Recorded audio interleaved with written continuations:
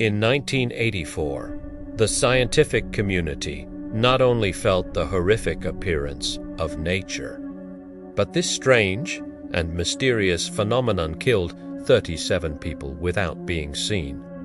Some people crossing the road in Africa died within a minute without any apparent danger. But the most surprising thing was that everyone died for the same reason: suffocation. Someone called it a chemical attack on an official level. But when the real reason was found, it was really difficult to believe it. Welcome again to Serious Professor's videos. Viewers, in August 1984, a very strange and terrifying incident took place in Cameroon, a remote region of Africa. There is a small lake here, which is called Lake Manoun. This lake was known for its peaceful environment, but this peace was about to be destroyed today. There used to be some villages around this lake, and a road used to pass nearby. On the night of the 1st of August 1984, at 11:30, the people living near the lake heard a loud thud. At first, everyone thought that it was the sound of thunder, but that night the sky was so clear that stars could be seen shining. After this sound, some people who had not yet returned home noticed a fog near the lake, near the ground. But people ignored it and went to sleep. All night, this mysterious fog accumulated on Lake Manoun. The next morning around 10:30, when the wind started blowing, this fog, which was very close to the ground, reached the road passing by. Passers-by thought that it was just a normal fog of the morning, but when they came in direct contact with this fog, they began to suffocate, and within a minute, the corpses began to fall. Because of the wind, when all the fog went away, the bodies were scattered on the road. Some were walking, some were riding motorcycles, and some were found dead inside the cars. This mysterious fog took the lives of 37 people. After a while, the police and doctors arrived at the scene, but apparently found nothing that could be suspected. In the initial investigation, the cause of death of all the dead was told to be suffocation. This news spread fear in the area. At the same time, at the same place, 37 people died for the same reason. It was quite strange. Many people started calling it a ghost attack, while Cameroon's government called it a chemical attack of terrorists. But these two reasons were completely meaningless. Because if terrorists had to be chemical attacked, then why would they do it on the innocent people of the remote village? Soon, the search for the cause of this incident turned towards nature. On Titim, the experts' doubt went to the Cameroon line. This 1,600-kilometer-long chain of underground volcanoes starts from the Gulf of Guinea and passes right below the point of Africa's mainland, where Lake Manoun is located. This entire line is called the Cameroon Line. With the help of the U.S. Embassy in Cameroon, a scientist named Harold Sigurdsson was called to investigate this matter. Sigurdsson examined Lake Manoun thoroughly, but he did not find any signs of volcanic activity at the bottom of the lake or lake. There were no signs of movement on the lake bed, nor were there any sulfur particles in the water, which usually come out during volcanic activity. But as soon as Sigurdsson took out the water bottle from the bottom of the lake, gas and foam were coming out of it. Just like the foam comes out as soon as you open the lid of a Coke bottle, this sign was enough for Sigurdsson. He immediately understood that the carbon dioxide gas at the bottom of the lake has dissolved in the water. In the post-mortem of the deceased, it was also found that their death was due to carbon dioxide gas. But the question here is that how was the link of the dissolved carbon dioxide at the bottom of Lake Manon with the deceased? Let me tell you here that carbon dioxide gas is heavier than normal air. And if it is released in a room, it will accumulate in the lower part of the room. And even on Lake Manoon, the clouds or fog that were seen very low had carbon dioxide gas. But why did this gas come out of Lake Manoon? After a thorough investigation, Sigurdsson presented a theory that the volcanic gases below Lake Manoon were slowly accumulating on the lake bed. The deep water on the lake bed was dissolving this gas inside itself.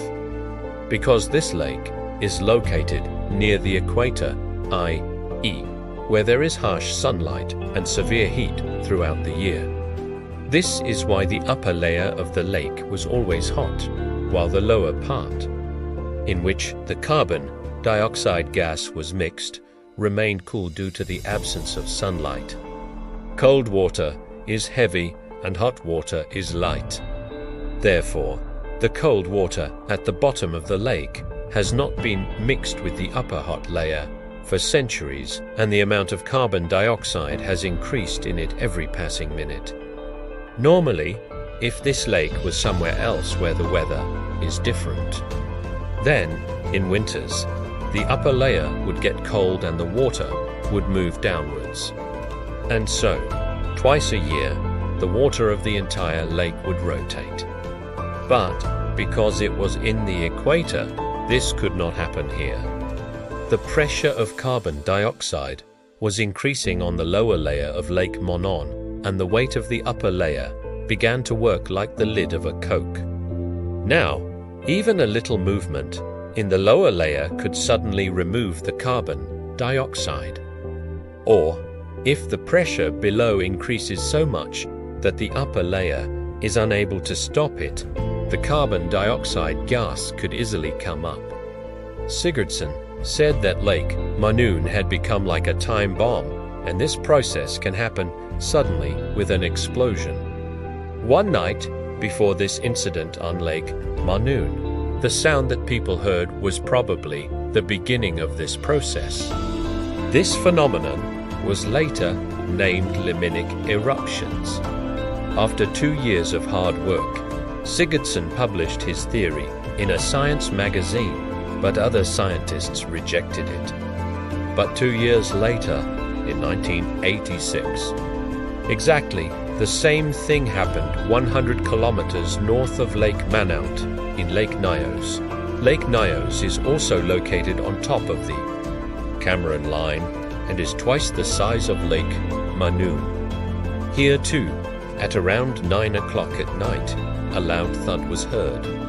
After a while, a cloud of about 1 cubic kilometer of carbon dioxide came out of the lake. According to an estimate, this cloud contained 300,000 tons of carbon dioxide gas. This cloud was also full of air, so it immediately spread to the valleys below, where thousands of people lived in many villages. Unfortunately, 1746 died in this incident due to suffocation. No litat, but those females in the area sleep. The surprising thing was that flies were flying on these corpses, and insects did not come because this gas had also killed all the insects in the area. Only 4 people survived this poisonous gas, and that too because they were in a high place. Some people remained unconscious for 36 hours, and then, when they regained consciousness, they found their relatives and companions dead. Only a few months before this incident, in Lake Nyos, Sigurdsson published his theory, which was rejected as useless. But after this incident, the world finally believed in Sigurdsson's theory.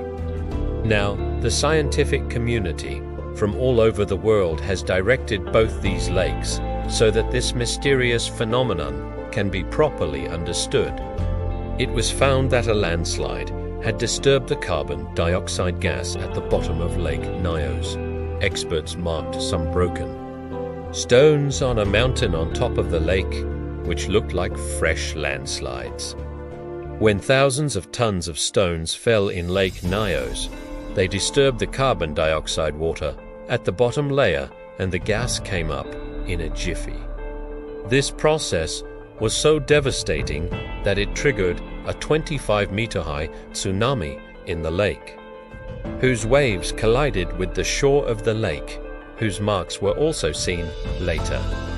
Seeing the destruction of the limnic eruptions, a question was roaming in everyone's mind that whether such an incident can happen again or not. It was found that the amount of carbon dioxide is still increasing in Manaon and Nyos. That is, the danger was not over yet. To reduce this danger, the scientific community gave many ideas. But the cheapest and most realistic idea was to put pipes in the depths of both lakes to extract carbon dioxide. Pipes were inserted into Manaon and Nyos, and carbon dioxide was safely released from both the lakes.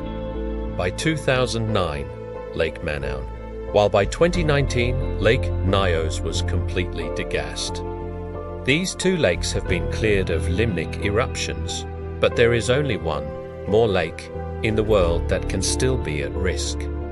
And remember, if this happens in that lake, not thousands, but lakhs of people can lose their lives. This lake is none other than the lake at the border of Democratic Republic of Congo and Rwanda. This is such a big lake that 50 Lake Nyos can fit in it. And if we talk about depth, it is 2 times deeper than Lake Nyos. Lake Kivu is also present on the seismically active area, and the same conditions are present here. That is, the water of this lake does not rotate due to the sun all year round. The most dangerous thing is that Lake Kivu also contains methane gas along with carbon dioxide. The property of methane to mix in water is less than carbon dioxide, so its saturation point can also come soon. If there are eruptions here, the cloud will not only be poisonous, but also flammable. That is, it can easily catch fire. The second danger is that there are about 200,000 people living around Lake Kivu. If an accident occurs here, it can become the biggest natural disaster in human history, in which millions of people can die. Scientists around the world have a close eye on this lake. They are not sure if there have ever been eruptions in Lake Kivu, but they do know that by 2090, methane will reach its saturation point in this lake. Saving Lake Kivu from this danger is not only difficult, but an impossible task. Because firstly, this lake is very big, and secondly, there are a lot of political problems going on in this area.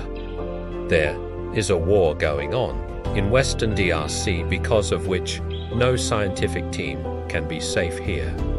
A company called KivuWatt has started generating electricity by extracting methane gas from the lake, but experts say that the speed of this process is very slow. And some experts also believe that the project of extracting gas and generating electricity can trigger eruptions in the lake itself. Lake Manaon showed the world what limnic eruptions are. Lake Nyos showed how destructive they can be. And Lake Kivu has these most dangerous abilities. Looking at the war that has been going on around it for decades and the population, it would not be wrong to say that the danger hidden in Lake Kivu makes it the most dangerous lake in the world. I hope you will like and share this video of ZemTV. Thank you very much for your lovely comments. See you in the next great video.